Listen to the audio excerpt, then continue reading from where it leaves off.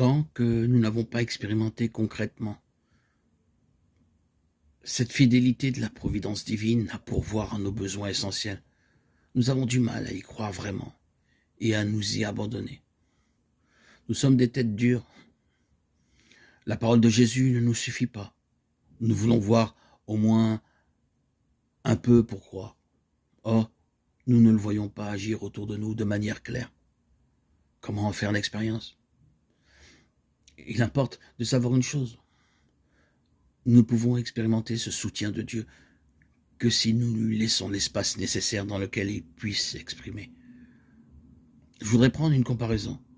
Tant qu'une personne qui doit sauter avec un parachute ne s'est pas jetée dans le vide, elle ne pourra pas sentir que les cordes du parachute le portent, car celui-ci n'a pas encore eu la possibilité de s'ouvrir. Il faut d'abord faire le saut, et c'est ensuite seulement qu'on se sentira porté. Il en est ainsi dans la vie spirituelle. Dieu donne dans la mesure de ce que nous attendons de lui. La mesure de la providence divine sur nous et la confiance que nous y avons. C'est là que se trouve le véritable problème. Beaucoup ne croient pas à la providence parce qu'ils n'en ont jamais fait l'expérience. Mais ils n'en font pas l'expérience parce qu'ils ne font jamais le saut dans le vide, le pas de la foi. Ils ne lui laissent jamais la possibilité d'intervenir. Ils calculent tout, prévoient tout, cherchent à tout résoudre en comptant sur eux seuls au lieu de compter sur Dieu.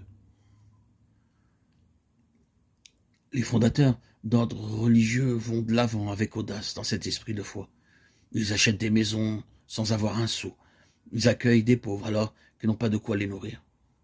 Alors Dieu fait pour eux des miracles. Les chèques arrivent, les greniers se remplissent. Mais trop souvent, quelques générations plus tard, tout est planifié, comptabilisé. On n'engage pas une dépense sans être au préalable sûr d'avoir de quoi la couvrir. Comment la providence pourrait-elle se manifester de nouveau? Et cela est valable aussi au plan spirituel. Si un prêtre rédige tous ses sermons et ses conférences jusqu'à la moindre virgule pour être sûr de ne jamais être pris au dépourvu devant son auditoire, et sans avoir jamais l'audace de se lancer à prêcher avec la prière et la confiance en Dieu, qui pourvoit comme seule préparation, comment pourrait-il faire cette expérience si belle de l'Esprit Saint, qui parle à travers sa bouche, selon la parole de l'Évangile? Ne vous inquiétez pas de ce que vous direz, ni comment, car il vous sera donné à ce moment-là ce que vous devrez dire.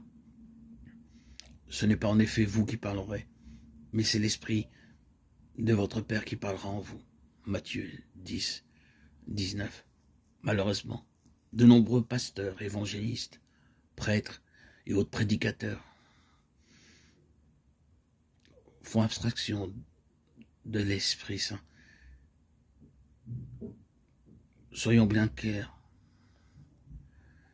Nous ne voulons pas évidemment dire que ce soit une mauvaise chose que d'être prévoyant, de faire un budget, de préparer ses sermons jusqu'à la petite virgule.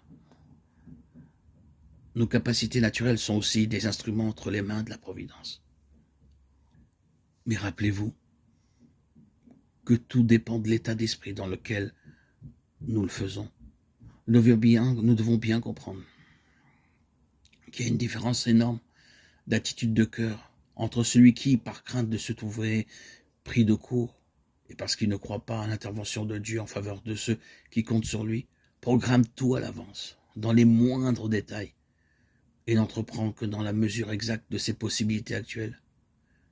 Et celui qui fait ce qui est légitime, certes, mais qui s'abandonne avec confiance à Dieu pour pourvoir à tout ce qui lui est demandé, et qui dépasse ses possibilités. Et ce que Dieu nous demande va toujours bien au-delà des possibilités humaines naturelles. N'ayez donc pas peur. Laissez le Saint-Esprit vous convaincre. Laissez le Seigneur parler à travers votre bouche pour transmettre le message. La parole parlera et se déversera de vos lèvres. Ayez confiance en Dieu.